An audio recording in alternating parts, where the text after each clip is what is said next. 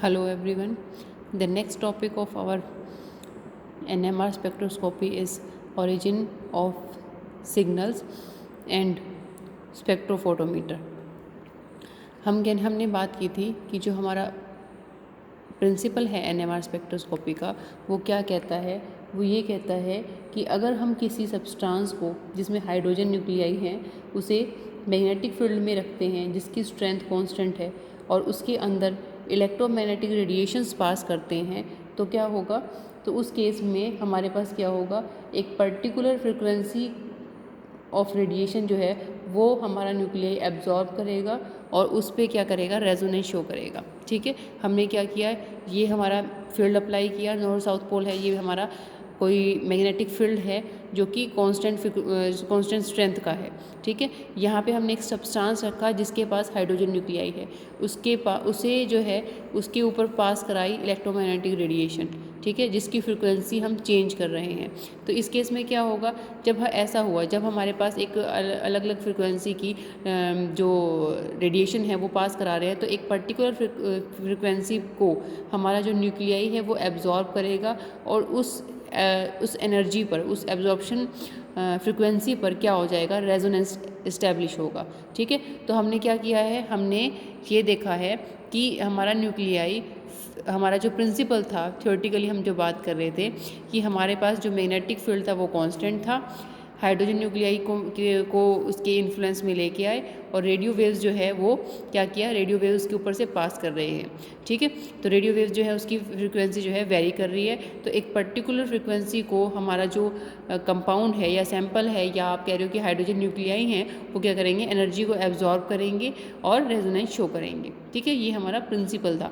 But actual practice में क्या होता है, जब एक्चुअल प्रैक्टिस में मैग्नेटिक फील्ड को हम क्या करते हैं, कांस्टेंट नहीं करते, मैग्नेटिक फील्ड जो है वो वेरी करता है और रेडियो वेव्स कांस्टेंट रहती हैं।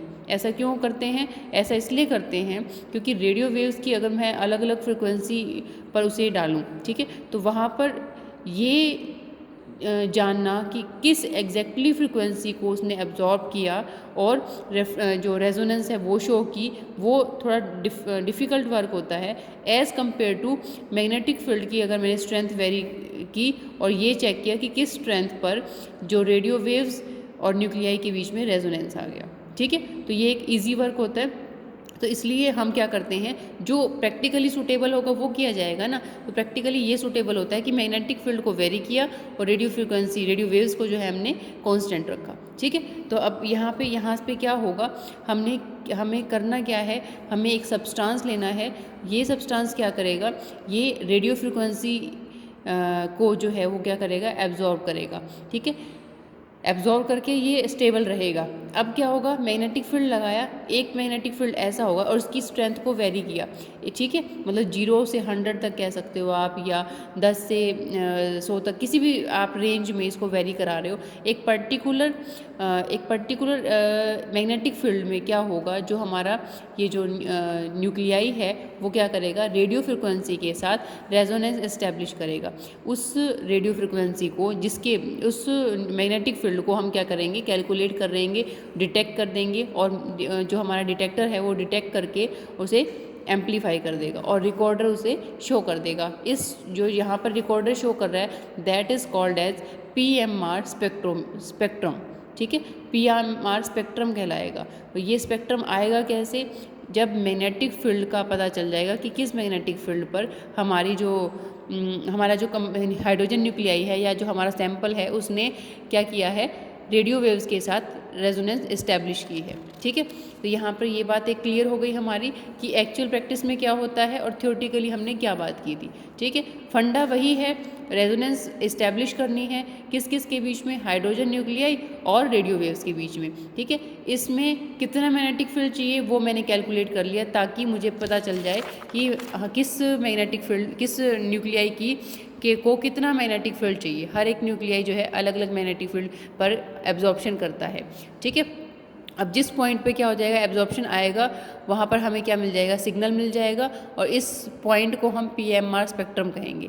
ठीक है, अब यहाँ पे इसको जो पीएमआर स्पेक्ट्रम मुझे निकालना है, उसके लिए मैंने क्या किया, उसके लिए मेरे पास तरीका है कि मैं क्या करूँ, मैग्नेटिक फील्ड को मैं एक्स एक्सिस पे रख रही हूँ, और प्लॉट इंटेंसिटी ऑफ एब्जॉर्प्शन, मतलब जो एनर्जी एब्जॉर्ब की, उसको मैंने किस पे रख दिया, वाई एक्सिस पे। तो एक्स एक्सिस और वाई एक्सिस पे क्या करेगा, दो वेरिएबल मैंने ले लिए, इंटेंसिटी ऑफ एब्जॉर्प्शन और मैग्नेटिक फील्ड। मतलब मैग्नेटिक फील्ड अगर 10 है तो एब्जॉर्प्शन कितना होगा, 15 है तो कितना होगा, 20 है तो कितना होगा।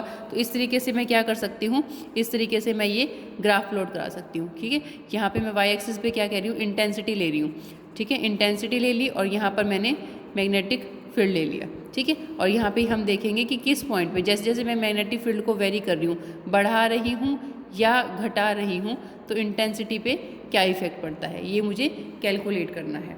ठीक है, इसके लिए मेरे को जो फ्रिक्वेंसी है वो कैलकुलेट करनी है, तो उसके लिए मेरे पास म्यू H0/HI ये फॉर्मूला होता है, जिसे गायरोमैग्नेटिक रेशियो के तरीके से मैं कैसे लिख सकती हूँ, गामा H0/2π। ठीक है, इन दोनों तरीके से हम क्या कर सकते हैं, अगर मेरे पास गायरोमैग्नेटिक रेशियो है और अप्लाइड फील्ड है तो मैं ये फॉर्मूला लगा लूँगी, और मुझे इंटेंसिटी और फ्रिक्वेंसी पता है तो मैं ये फॉर्मूला लगा लूँगी।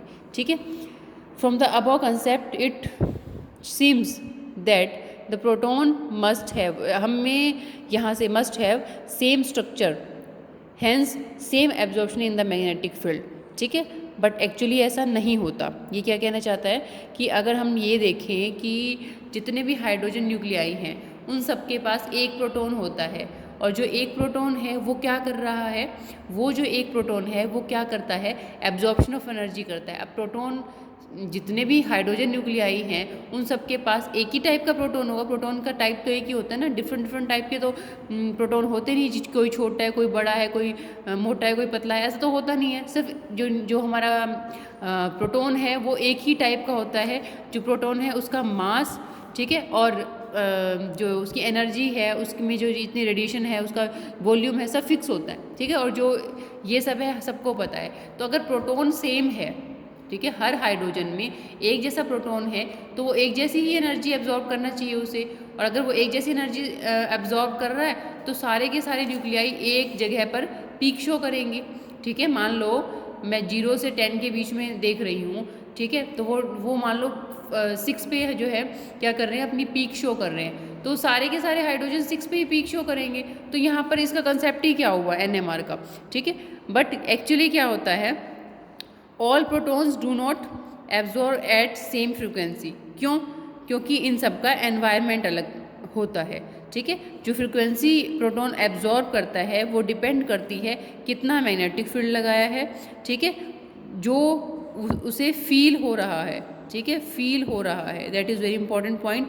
And this effective field strength, effective field क्या मतलब क्या हुआ, is not exactly the same as applied field. ठीक है, हमने उसे जो है 1.41 टेस्ला अप्लाइड कर दिया, उसे हम वेरी करा रहे हैं। तो जितने, जब मैंने मान लो शुरू में इनिशियली 1.41 टेस्ला जो है अप्लाई किया है, तो वो सारे के सारे प्रोटॉन सेम फील करेंगे।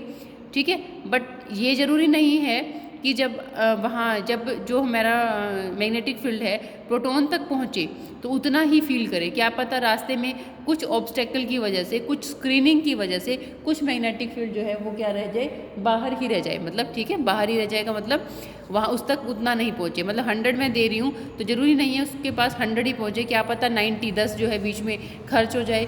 ठीक है, किसी भी चीज़ को न्यूट्रल कराने में, या फिर हो सकता है कि रास्ते वाले उसके साथ ऐड होकर उसे 110 दे दें, तो हो सकता है कि उसे 90 हो और दूसरा हो सकता है उसे 110 हो, तो कम या ज़्यादा उसे फील होगा। ठीक है, तो जो इफेक्टिव फील्ड है, इफेक्टिव मैग्नेटिक फील्ड है, जो उसे जो है फील हो रहा है, जो उसे मिल रहा है, that is not exactly the same as applied. जितना हमने अप्लाई किया है उससे कम या ज़्यादा हो सकता है।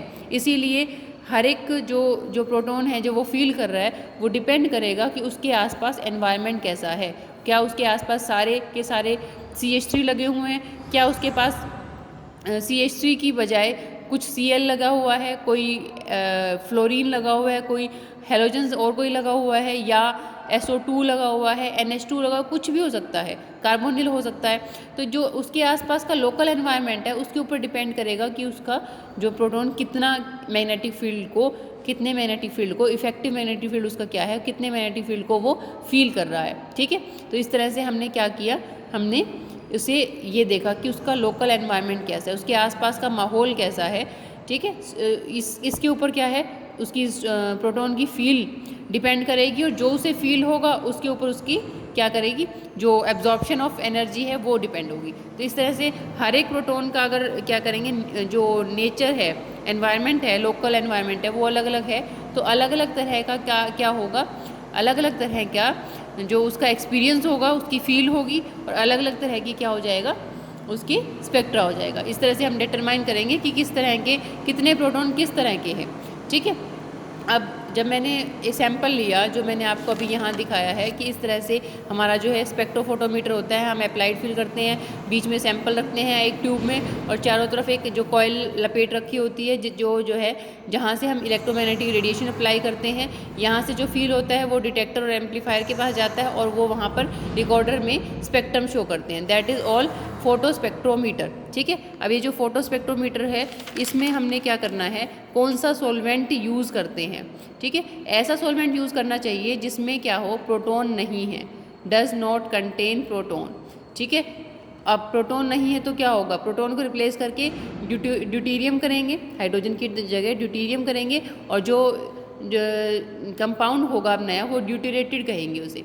ड्यूटेरेटेड का मतलब हाइड्रोजन हट गया और डी लग गया। ठीक है, सबको पता है। ठीक है, आइसोटोप होता है, ड्यूटेरियम क्या होता है, आइसोटोप होता है हाइड्रोजन का। तो हमने क्या किया, CHCl3 को CdCl3 में कर दिया। अब ये सॉल्वेंट को हम यूज़ करते हैं सैंपल को घोलने के लिए ताकि वो क्या करे, रेडिएशन को एब्जॉर्ब कर सके। CCl4 करेंगे, ड्यूटेरेटेड एसीटोन कर सकते हैं, ड्यूटेरेटेड बेंजीन कर सकते हैं, या डाईमिथाइल सल्फोक्साइड ये DMSO कर सकते हैं। ठीक है, तो यहाँ से हमें पता चलेगा कि अलग अलग तरह के एनवायरनमेंट है, अलग अलग तरह के एनवायरनमेंट को जो है हम इंक्लूड करते हैं equivalent and non equivalent proton में। ठीक है, तो ये हम आगे बात करेंगे। फ़िलहाल इतना ही कि हमारे पास जो कंसेप्ट है उससे सिग्नल कैसे ओरिजिन होते हैं, कंसेप्ट और या प्रिंसिपल ऑफ NMR स्पेक्ट्रा हमें आता था, हमें क्या करना है अब उसे अप्लाई कैसे करें, प्रैक्टिकली उसका कैसे जो है इम्प्लीमेंट होता है। That is today's topic which has been covered. तो थैंक यू।